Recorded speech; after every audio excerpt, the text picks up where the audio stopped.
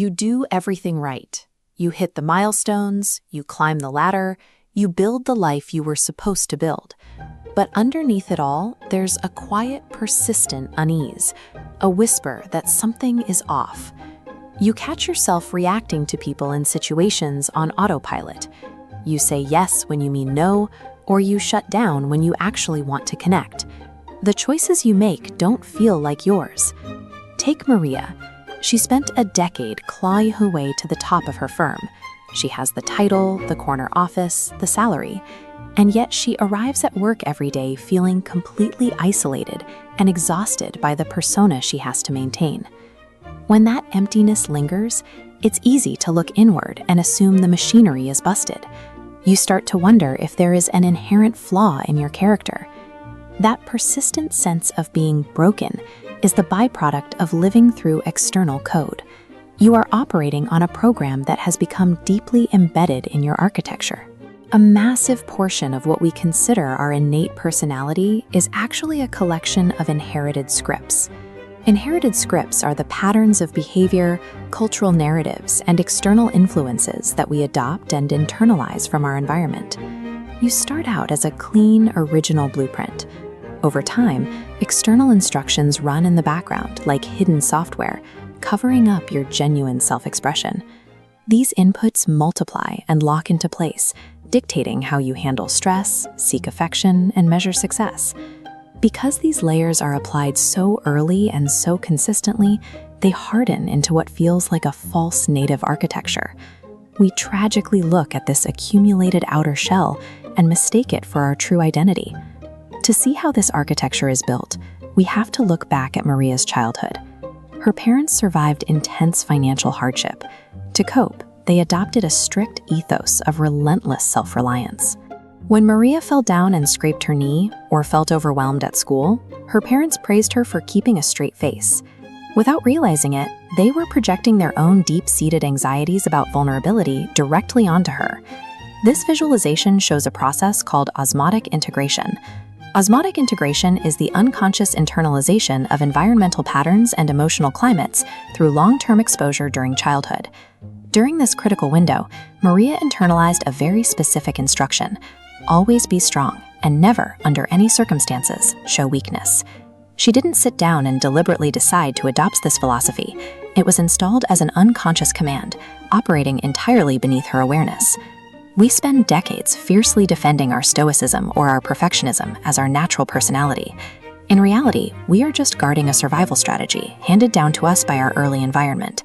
Fast forward 20 years. That always strong script made Maria a highly effective corporate executive. She never flinches during a crisis. But it also left her completely incapable of asking for help, leading to profound personal isolation. Every time she swallows a difficult emotion or pushes people away, she reinforces the neural pathways associated with that script. Over time, the physical wiring in her brain locks the pattern in place, making any alternative reaction feel physically impossible. This creates ontological misalignment, the mismatch between your true nature and your lived experience.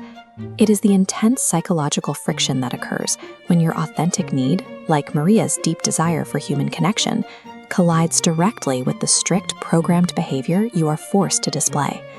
The feeling of being broken is the internal distress of these conflicting loyalties. Maria is caught between her authentic desire for connection and the rigid commands of her external programming. Recognizing this friction is the first step towards dismantling it. To move from passive frustration to active liberation, you have to initiate the process of unprogramming yourself. This transition requires conscious distance, the ability to view your automatic thoughts as separate from your awareness. You become the observer, isolating the mechanical reaction from the person watching it. Instead of just getting angry or shutting down, you start to notice the sudden tightening in your chest, or the automatic voice in your head telling you to retreat. You catch the script the moment it activates. Once you isolate the gear, you can trace its entanglement lines back through time. You follow the specific behavioral pattern to its origin point, pinpointing the exact childhood moments or institutional environments where the instruction was first installed. When you clearly see that your reaction is just a learned response to a past environment, it stops being the absolute truth. It immediately loses its authority over your present decisions. Let's look at Maria today. A major project at work is failing. The old script activates, demanding she isolate herself and shoulder the burden alone. But this time, she freezes the automatic reaction. In this moment, she forces a silence between the event and the reaction. She creates a volitional pause, a brief window where the historical program loses its momentum, and she can choose a different path. In that quiet space, she has a choice. Instead of defaulting to the ingrained stoicism, she chooses an action aligned with her actual needs. She picks up the phone and asks her team for help. Bypassing that old script provides an immense emotional release. You begin to systematically tear away the false, conditioned layers that have trapped you, finally allowing the vibrant, true self underneath to breathe. You are actively building your sovereign architecture, a state of inner self-mastery where conscious choice replaces unconscious conditioning.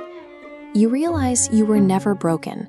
You always had the power to rewrite your code and let your authentic self take the lead.